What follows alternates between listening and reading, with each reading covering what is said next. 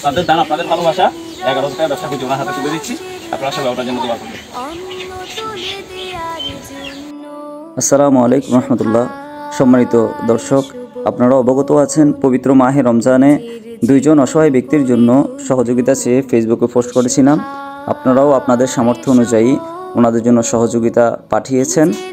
তো তাদের মধ্যে ফুলকাজী উপজেলা নীলক্ষী গ্রামের জনাব আবুল হোসেন সাহেবের জন্য আজকে দোকানের মাল সামানা ক্রয় করলাম এবং সেগুলো গাড়িতে লোড করে তিনার বাড়িতে নিয়ে যাচ্ছি।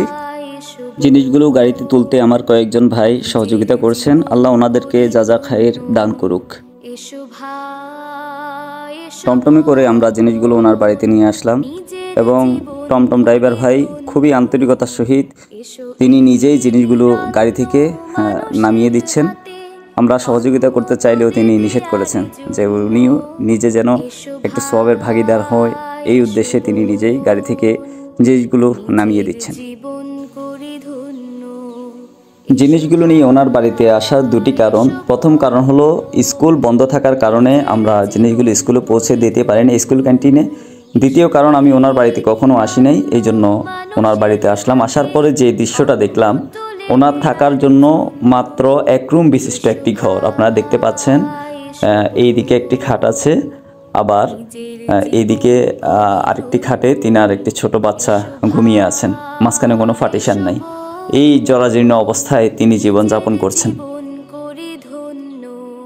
ওনার দোকানের জন্য biscuit, cake, chocolate, chips, juice, কোমল পানীয়, আচার সব মিলিয়ে আমরা 31টি আইটেম ক্রয় করেছি।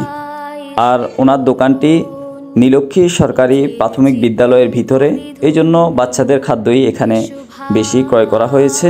তো আপনারা সবাই ওনার জন্য দোয়া করবেন, আপনাদের এই সহযোগিতায় যেন তিনি তিনার পরিবার নিয়ে অন্তত একটু সুখে শান্তিতে বসবাস করতে পারেন। আপনাদের সহযোগিতায় ছোট্ট মামার জন্য এই উপকরণগুলো আমরা নিয়ে এসেছি, আপনারা এখানে দেখতে পাচ্ছেন। তো ইনশাল্লাহ এখন উনি এই জিনিসগুলো দিয়ে ব্যবসা শুরু করবেন। এই জিনিসগুলো আমরা এনেছি দোকানের জন্য। টোটাল 9,000 টাকার উপকরণ এখানে আছে। কিছু আচার, আরও কিছু চকলেট বাকি রয়েছিল, ওগুলো আমরা নিতে পারি না সময় স্বল্পতার কারণে। তো ওটার জন্য ওনাকে 2,000 টাকা নগদ দিয়ে দিচ্ছি। মোট 11,000 টাকা ওনার ব্যবসায়ের পুঁজি। আশা করি ভবিষ্যতে আপনাদের আরও সহযোগিতা পাবো। তো আজকে ওনার বাড়িতে জিনিসগুলো নিয়ে আসার কারণ এটাই যে ওনার স্কুল ক্যান্টিন বন্ধ থাকার কারণে আমরা স্কুল ক্যান্টিনে জিনিসগুলো পৌঁছে দিতে পারি নাই। তো উনি বাড়ি থেকে এগুলা ইনশাল্লাহ যখন খুলবেন তখন ক্যান্টিনে নিয়ে যাবেন। তো আপনাদের উদ্দেশ্যে মামা কিছু কথা বলবেন। আসসালামু আলাইকুম।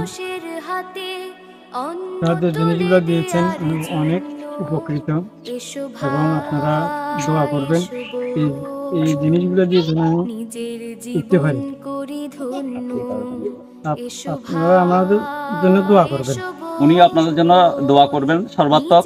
আপনাদের সহযোগিতার জন্য ওনার পরিবার যাতে ভবিষ্যতে আপনাদের সহযোগিতার মাধ্যমে আরও ডেভেলপ হতে পারে, ওনার সন্তানরা আছেন, আপনাদের জন্য দোয়া করবেন, তিনিও আপনাদের জন্য দোয়া করবে।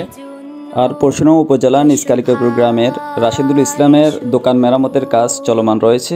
দোকান মেরামতের কাজ শেষ হলেই ওনার দোকানে মালসামানা এবং অন্যান্য তৈজসপত্র তুলে দেবো ইনশাল্লাহ।